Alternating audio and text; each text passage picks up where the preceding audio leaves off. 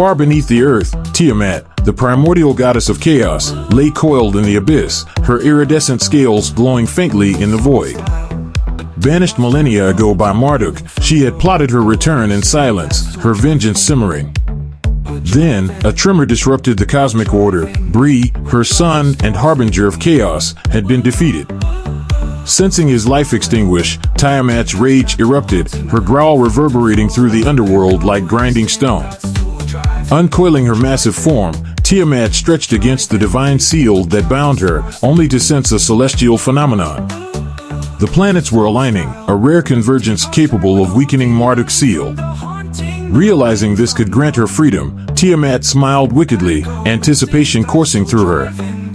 Soon, she would rise, her vengeance unstoppable. Meanwhile, on the battlefield above, Ira stood amid the ashes of his victory. The Blazefrost celestial sword rested in his hand, its flames extinguished after consuming Bree.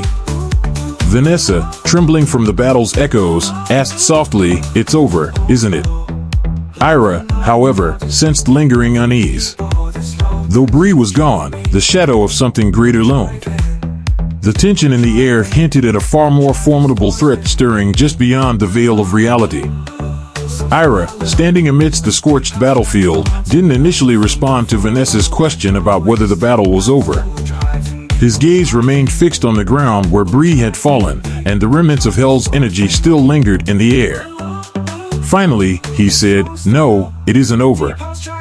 Before Vanessa could ask more, the ground trembled, and a vortex of dark energy began to form in the sky, pulsing with crimson light.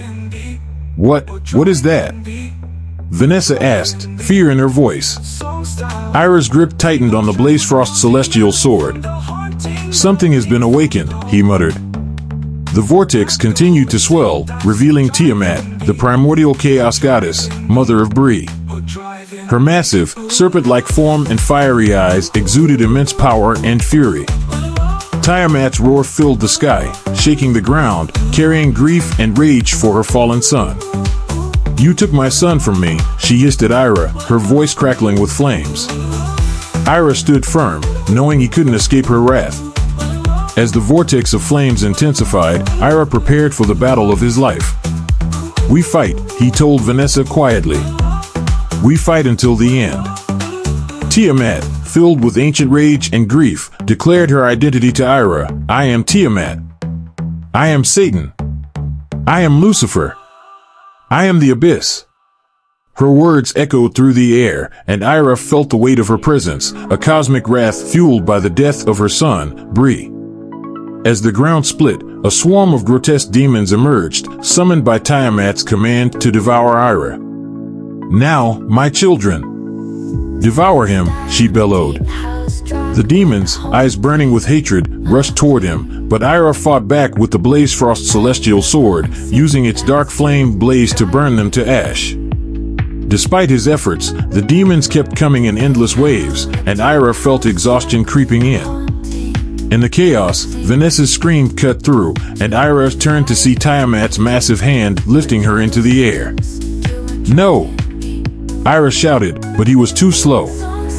Tiamat's cold eyes locked onto him, and she sneered, "You cannot save her. You killed my son, Ira, and now I will make you suffer."